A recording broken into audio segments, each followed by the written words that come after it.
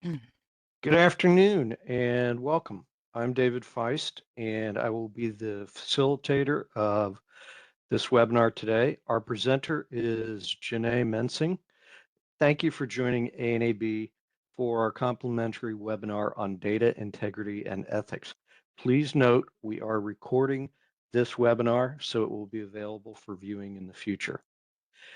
As we go through this, some logistics before we get started. Due to the high attendance, everyone will remain muted for the duration of the webinar. Please enter your questions into the Q&A box. We have planned time at the end of the webinar to answer any questions. Now, a short disclaimer. The content delivered in this webinar is not guaranteed to fully prepare attendees for any specific application for accreditation. Attendees are, of course, responsible for determining the applicability of the information presented to their specific circumstances. The examples provided in this webinar are strictly for illustrative purposes only and are intended to facilitate the understanding of those concepts discussed. They're not to be interpreted as templates, prescriptive models, or representations of compliance with any specific standard.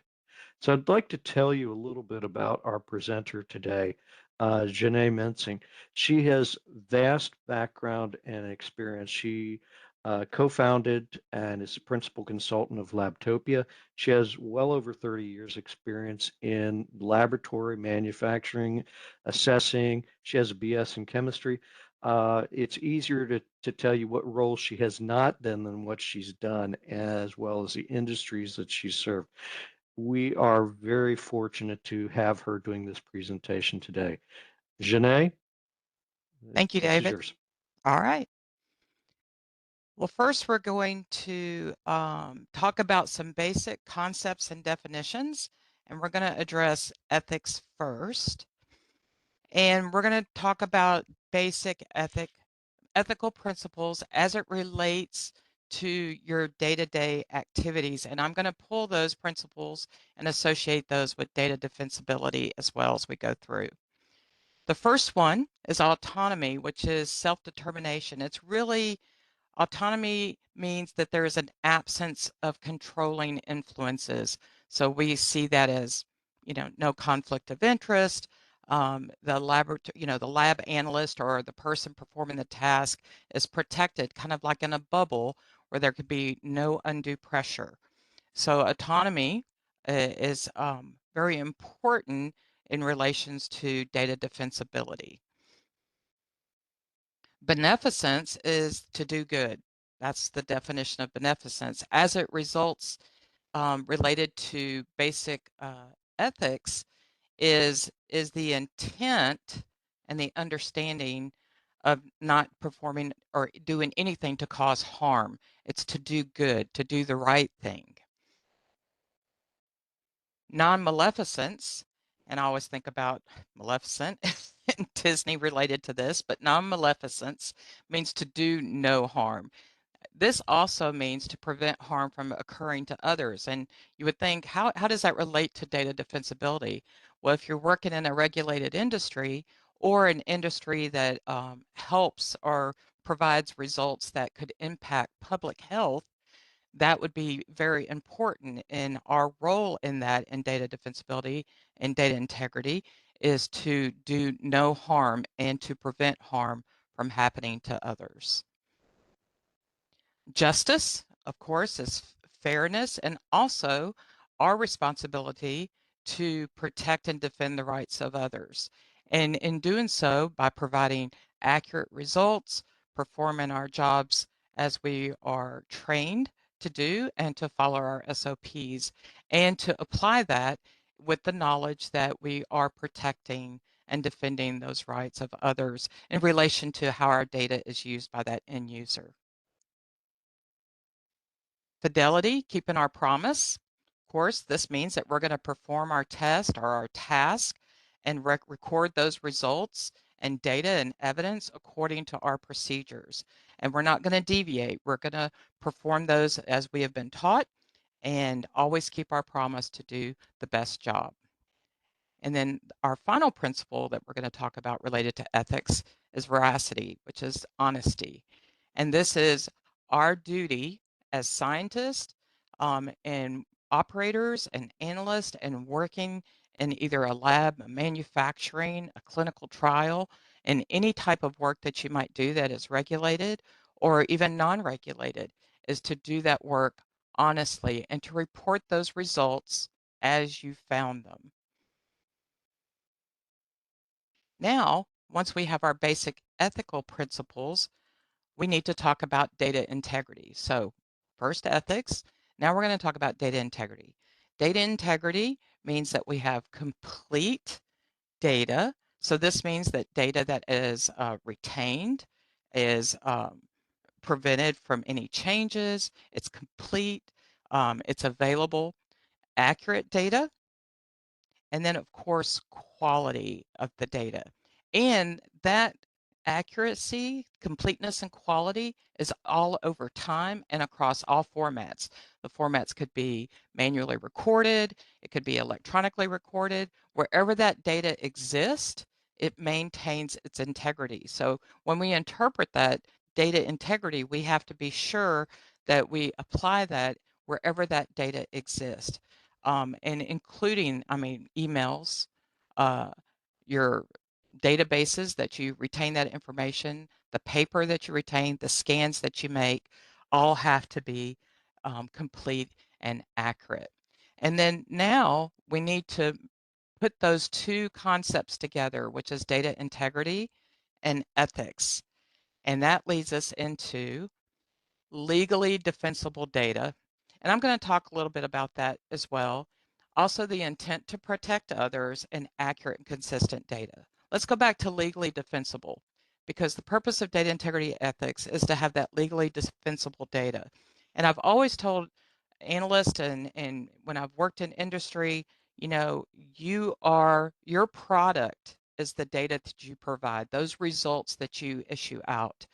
And I always say, when I have a new analyst, is I say, how would you feel? And we can talk about pH, probably one of the simplest things for the test to do is, how would you feel standing in front of a judge or standing in front of your peers or your customer and say with 100% total commitment on your part that that data is complete and accurate, and it has quality behind it, and it's legally defensible, that you feel that you have enough records to support anything that you wrote down related to that data. And that truly needs to be when you're presenting that data, that's the legally defensible part. And all the tools that you have related to help you support, to maintain those records, to have enough records, enough measurement traceability, and to document what activities occurred at the time that they occurred, provides that legally defensible data. So that's how important data integrity and ethics ensures that you get that data. So now we've talked about data integrity and ethics, let's look at the other side of that, and while we're talking about and defining these things, and that's laboratory improper practice. And this can be applied to improper practice to any type of industry, laboratory, task, manufacturing, operation. But laboratory improper practice, or any kind of improper practice, is the divergent from that required methodology. In other words, a deviation from following your own procedures or the requirements or the contract or the standard or the regulation that you adhere to. It's a complete deviation, either from not following those procedures and SOPs, not having the quality assurance, in other words, the QC, the other tasks that you perform to support good results, to show that they are valid, traceable, complete, and accurate results, and also good laboratory practice. So now that we understand improper practice, there's two types of improper practice. It's unintentional and intentional. And we're going to talk about each one of those. So when we talk about intentional well, let's go back to unintentional.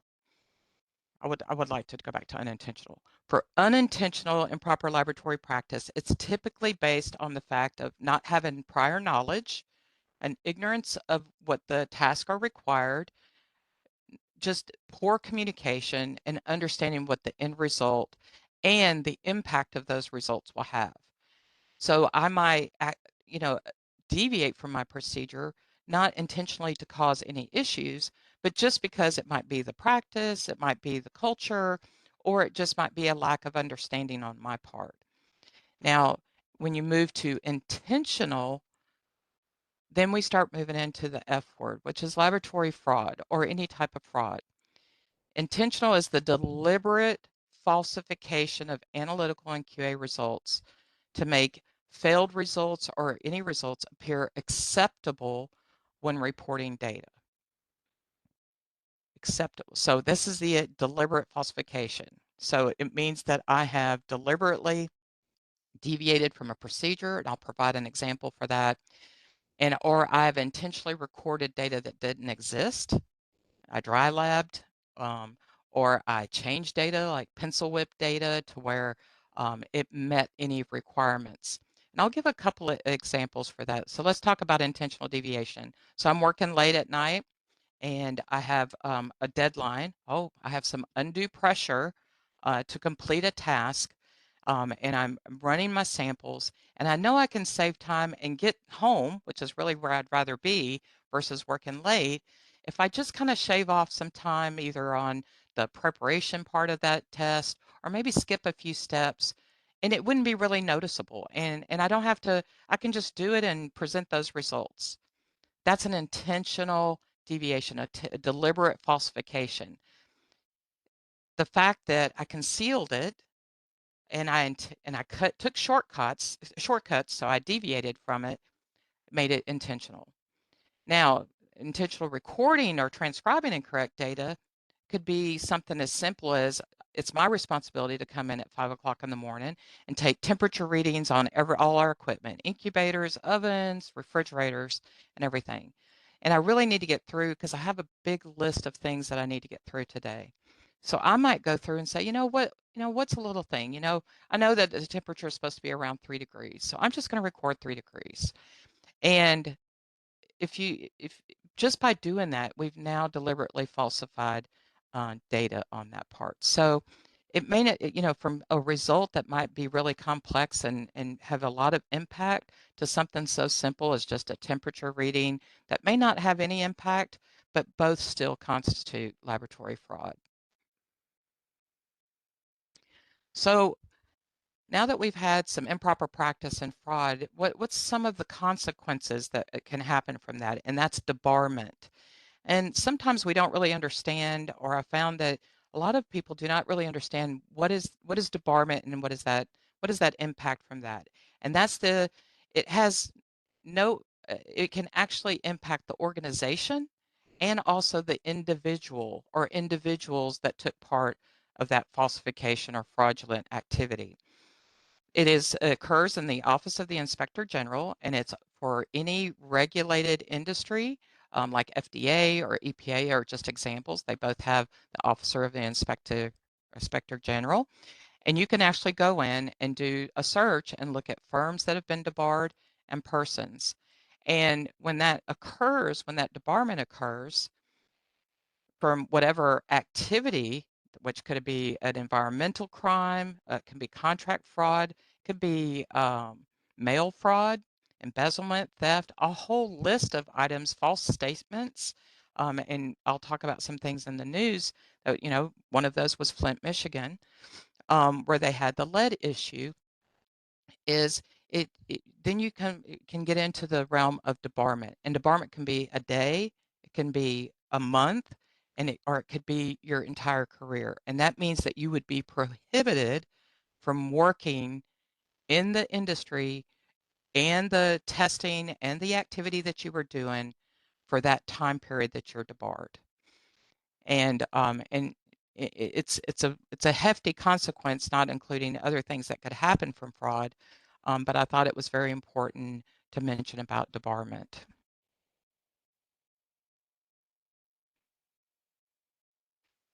So now that we've kind of got the basic principles and definitions related to improper practice, fraud, data integrity, and ethics, and what some of the consequences would be, let's look at some of the standards and regulations that are out there. And there are several different regulations with data integrity requirements, and these are not all of them. I mean, we'll talk about some of the others as well. So the first one could be EPA, and this would be any state regulations. It could be federal regulations. It could also have standards like the TNI standard or other types of standards that laboratories are held accountable for in order, and especially when dealing with public health and the environment.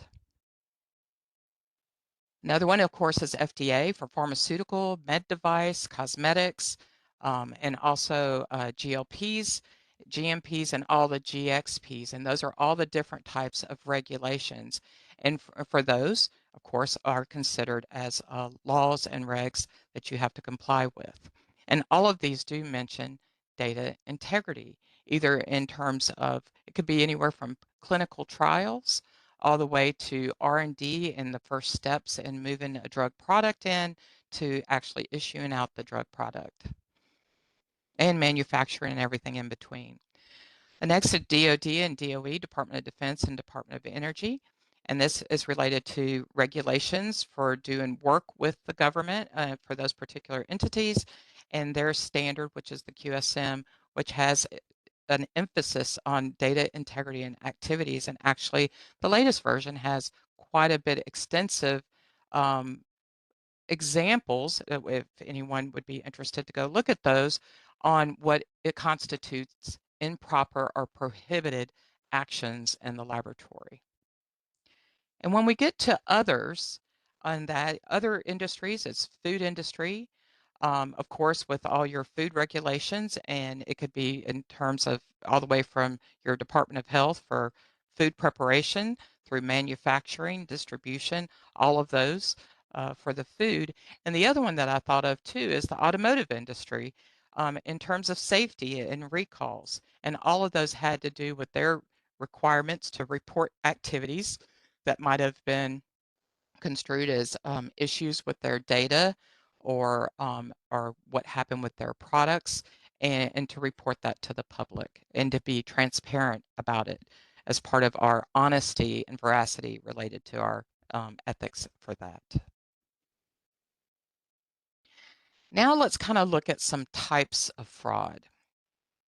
And there's actually about two types of fraud. And I want to ask you, and I want you to think about, how would you detect these types of fraud? There's procedural and there's measurement. And procedural, I'll give some examples. Of course, we talked about deviating from our SOPs, shortcuts, deviations. Post spikes means that we are kind of adding additional uh, uh, compounds to our spikes or our QC, or just changing our QC values in order to get good recoveries. And also skipping steps, just totally just skipping a step in a procedure at that, and how that would impact that. Measurement types of fraud can be terms of how you manipulate your data. And that could be manual integration activities that are incorrect. Manual integration is okay, but there are certain requirements related to manual integration and being consistent and accurate with those. Time travel, um, putting something in place to make it look like it occurred at a time that it didn't. And in all standards, it always states to represent the date and time and the activity at the time that it was done. So that means not changing dates to appear that something was done sooner or later, or also in terms of like a sample might have been sampled at a certain time, that we want to make sure that those are valid times and that occurred at the time of the activity. Altered response factors or any kind of altered related to your software to impact the data. It could be an example of that would be to reuse a calibration from a previous time or process data against a passing calibration, even though the calibration that you ran associated with the data did not pass. So one of the things I'd like you to think about related to these two types of fraud is how would I really detect these? How would that be easy to actually look at these? And when we talk about doing that detect and everything, is which type of fraud is more difficult to detect. So some things that we can think about for detecting these activities are auditing or monitoring or observation or having some software things. But I can tell you the most difficult type of fraud to detect in any organization is procedural fraud. And why is that? Why? Well, because just like I gave that example earlier on, is having someone that is working late and they're under a lot of pressure could possibly make a very poor decision to change their procedure. And unless you were actually observing the activity when it happened, and if you have to think about the records that you keep for any activity that you're performing, are those records complete enough to show that actually what happened? Is there good traceability? And can I determine based on those activities whether or not the steps occurred in the proper order and everything? So that's why procedural is very difficult to detect, because you would have to literally either be there or have some controls in place that would be able to determine if some change was made. An example would be, say, incubation for micro, and you have a set time period that you have to do incubation. We're going to just say 24 hours plus or minus, maybe an hour. So how could we be sure that if somebody put something on and then took something off, well, there may be ways to do that, even in your software systems, to say, hey, when we start this test at this time, it won't allow you to do any data result entry until that 24 hours is up.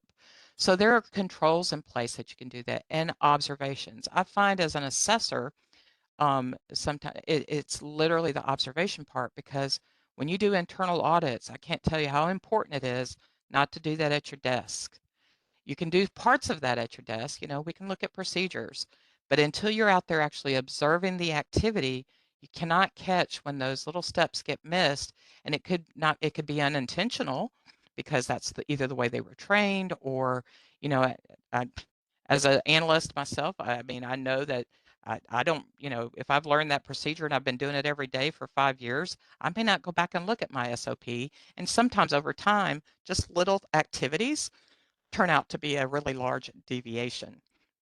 So as assessors, we typically do find those deviations during our assessments because we're observing the activity. And sometimes it's kind of a surprise to say, oh, wow, I didn't know I'd skipped that step. And so procedural fraud, the most difficult to detect, but as you can see, you can put some controls in place to help you do that. So I wanted to provide some ethical issue examples and some things to provide some thought.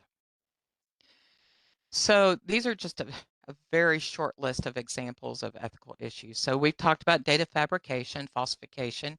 I mean, just actually writing data in. In my previous careers that I've dealt with fraud, and I've had to put controls in place to ensure that that would make it more difficult to do. And it also just helps the analyst make good decisions. But it's misrepresenting data, falsifying data, of course, being selective on data to meet some quality control criteria. Now, that's kind of specific, but you can also be very selective on data in a clinical trial, or when you're doing ways of moving uh, some type of product into the market. We don't want to cherry pick that data. We want to have all that data so that we can see how it's acting. So being selective in that data, it could be uh, somewhat improper practice to potentially committing fraud. Intentional misrepresentation of analysis date and time. Already talked about that. Time travel. Manipulation of samples, computer software, analytical conditions. As we've progressed from the 80s on to the present, the software is definitely a lot more complex and sophisticated. There are things in place like audit trails that you can have, and other ways to help make sure to protect that data. Because remember, data integrity, that completeness of the data. The completeness includes maintaining all the records associated with that data, that supporting raw data, all of your supporting documentation and traceability to make that data as accurate and complete as possible. Quality control sample misrepresentation, of course, concealment and failure to report, not only for the person that might actually be um, performing or actually doing the test and maybe deviating, but also failure to report if you see something that might be impacting data integrity and everything. And I know that nobody wants to be that person to tattle on anyone, but it's our responsibility. Remember, as we talk about those ethics and all those principles that we have to, is, is we have to protect and stop harm to other people. So if we're in that type of regulation where it might be impact public safety and everything, it's our responsibility to report those activities anonymously. And I know a lot of organizations have a lot of ways of doing that, and some of them we've actually said, about whistleblowers, and that's kind of similar. But it can also be that maybe somebody needs some additional training. Maybe it's not it's not intentional, it's unintentional. And then, of course, the intentional misrepresentation of other employees' work. That's why we have user IDs and password logins, and we don't want to misrepresent other person's work or enter data in that maybe we are not qualified to do on behalf of another person. So these are just a few examples.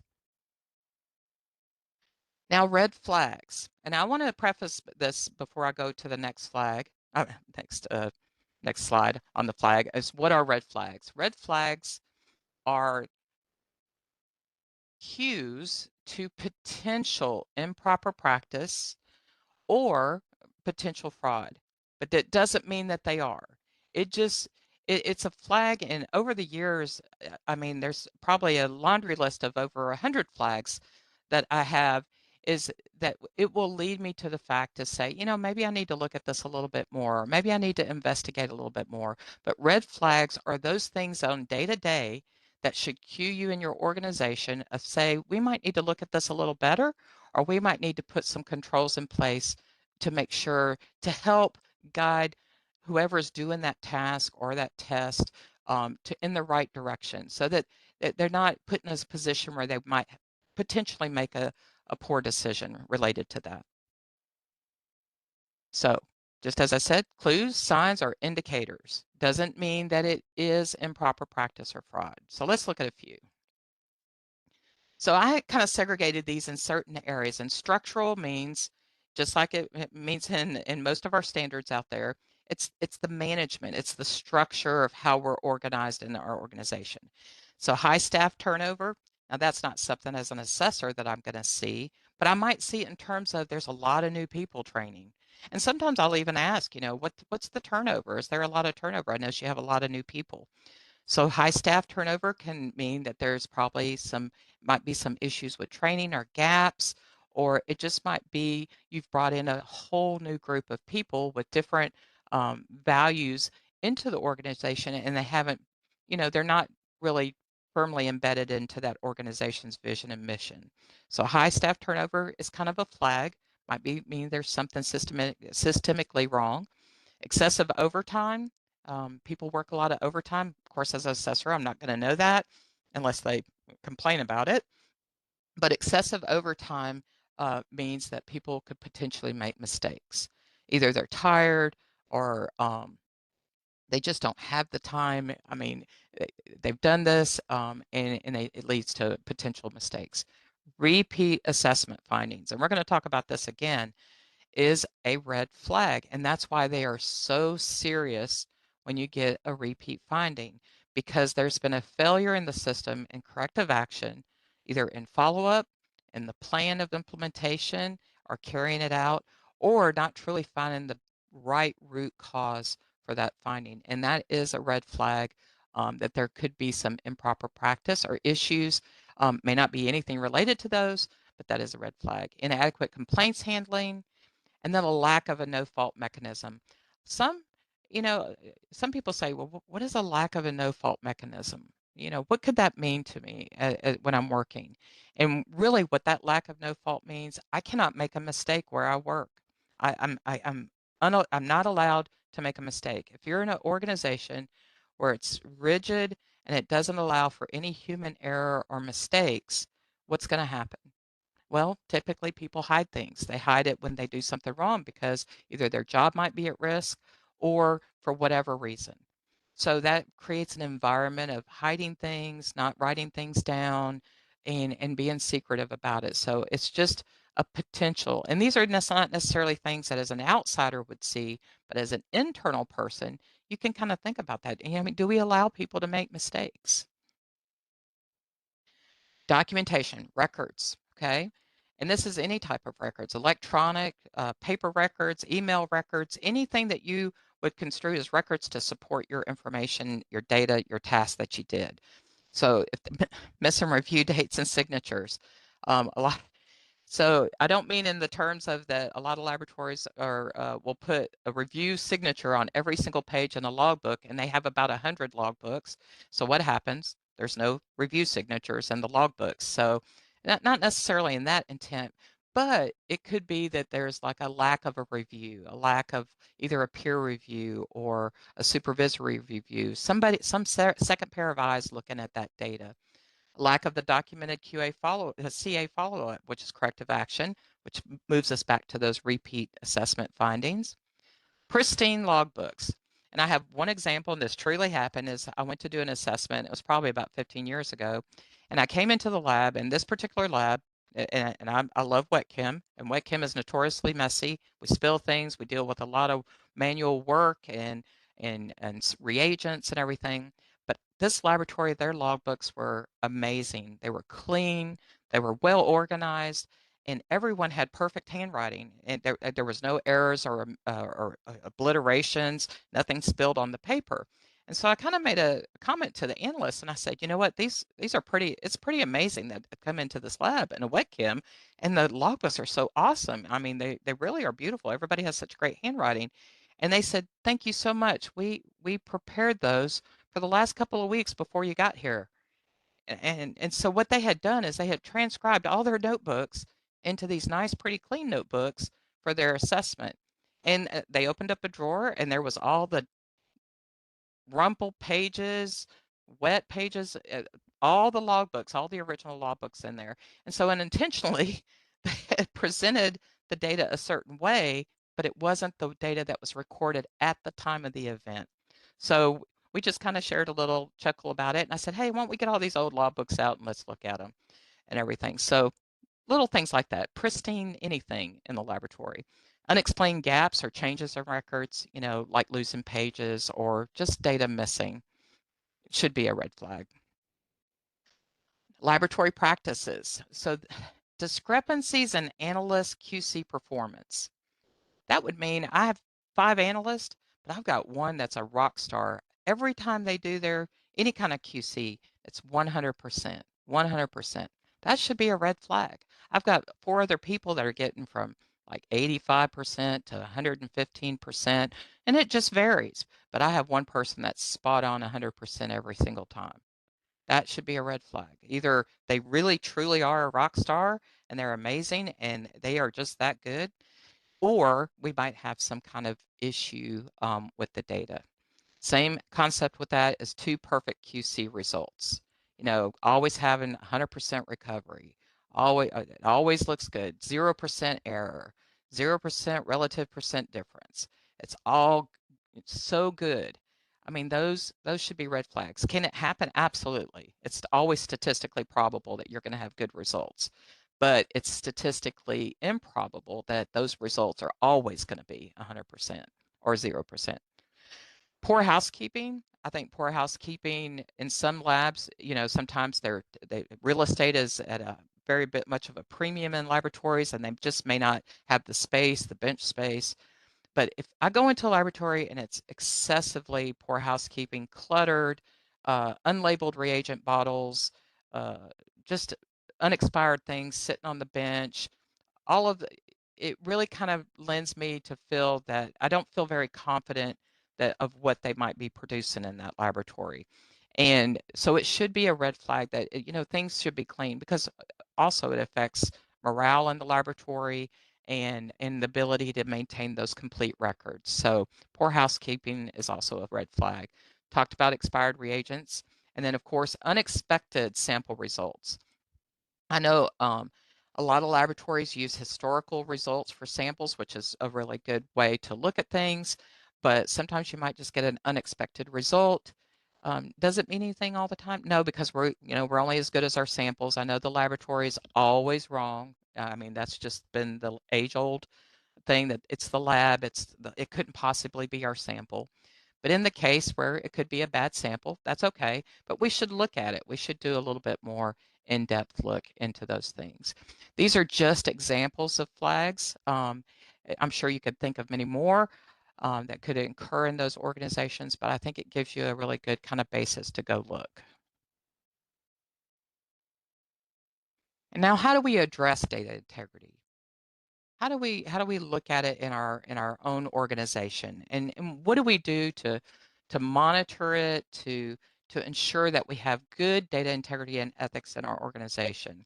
And these are just a few. This is not inclusive of everything, but monitoring is very important. Not monitoring in terms of doing a desk audit, or even, going through the records, definitely important, but monitoring by going out and physically observing activities to ensure that things are observed at the time that they're done, and making sure that those activities, and how you do that. Some people internal audits, others are actually just going out and doing observations. Supervisor walkthrough. I can tell you, as a supervisor in the past, I would find a lot of things just making my daily walk through the laboratory and looking at information and talking to people out into the lab.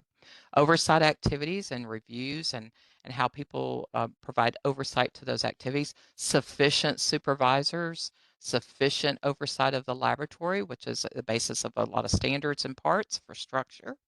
Training, having good training, having frequent and refresher training. Sometimes we forget that, even though analysts might have been doing it for 20 years, that over time things might have deviated. I can guarantee they'll have to dust off that SOP and look at it. So training is really important.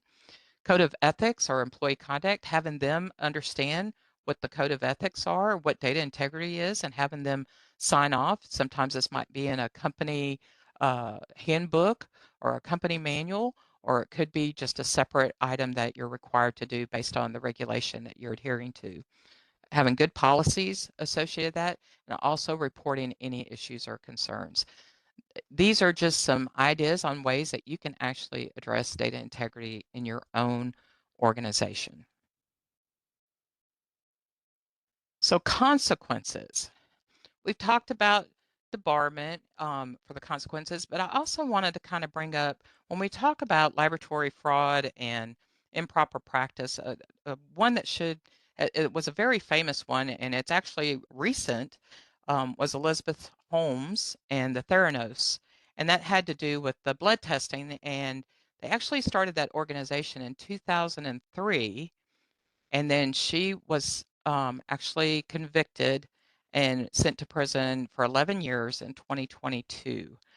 So there was a lot of things that happened between 2003, but some of those consequences which came from that is, if you ever happen to just look, and you can Google that and look up the court case and everything, it's all public knowledge, is you won't necessarily see them saying fraud. Okay, they'll talk about fraud, but they're gonna talk about it in a different way, because it's really kind of saying you can't go. I mean, it's what is the proof? What is the records that they did? And so they tied a lot of things to that, even though it ultimately was fraud, and they weren't doing the testing, to mail fraud, which has a lot of teeth in it. So every time data was sent out or a report was made, I mean, it came with a fine, and one of the fines were associated with that. It could have been related to the securities exchange and how they manage their business. So when the organization discovered the fraud, they had to go in and find those things where they can actually do an indictment and find some reason, in other words, to make those charges. So I put some examples like the mail and wire fraud. Wire fraud means sending an email. It used to mean just faxing something. Anything that you send in whatever way that is, it could be by courier, by U.S. Post Office, it could be by FedEx, it could be by email or a letter. It could have the potential, especially if it was fraudulent, that each occurrence that occurred, each email, each piece of paper that went out would have an impact on it. Making false statements, concealing facts, and obstructing federal agencies from doing that. So all of these could lead to debarment, it could lead to fines, and it could also lead to incarceration on that part. So those are some of the consequences of improper practice and laboratory fraud related to data integrity and, of course, our data defensibility. So I wanted to, Okay. oh, sorry, go ahead, David. Thank you very All right. much. Thank you, Jeanné. What a great presentation. We've had quite a few questions come through, and we'll get to those after we discuss some additional resources available for accredited laboratories or laboratories seeking accreditation. Obviously, some of the things we have, these webcasts and webinars that we have, these are resources that are available for the accreditation community and for those seeking accreditation throughout. They're free, they're live informational sessions. We have the ANAB blog page, which has a wealth of information related to risk, accreditation standard requirements, etc. And in addition, ANAB offers live, online, and in-person training sessions on a variety of topics. So let's get to the questions that we have right now. Jeanné, there's a question that someone adjusted an oven setting after it was externally calibrated. Is this considered unethical? That's a good question. I think I would have to understand the context associated with it. If the instrument was calibrated for the settings on the dial and they were just adjusting it based off the temperature that they needed, I wouldn't think that was unethical. But if they adjusted it after it was calibrated and they reset it because the instrument wasn't giving them the correct reading that they needed and they wanted to change that, then yes, that would be unethical. Okay, thank you. Um, Another question that came in is, how widespread do you believe that data fraud is? That's a that's a hard question. I do want to say that it was very prevalent in the 80s, late 80s, early 90s. And I think that was because there was a lack of standards associated with it, and it wasn't emphasized in the regulations as much.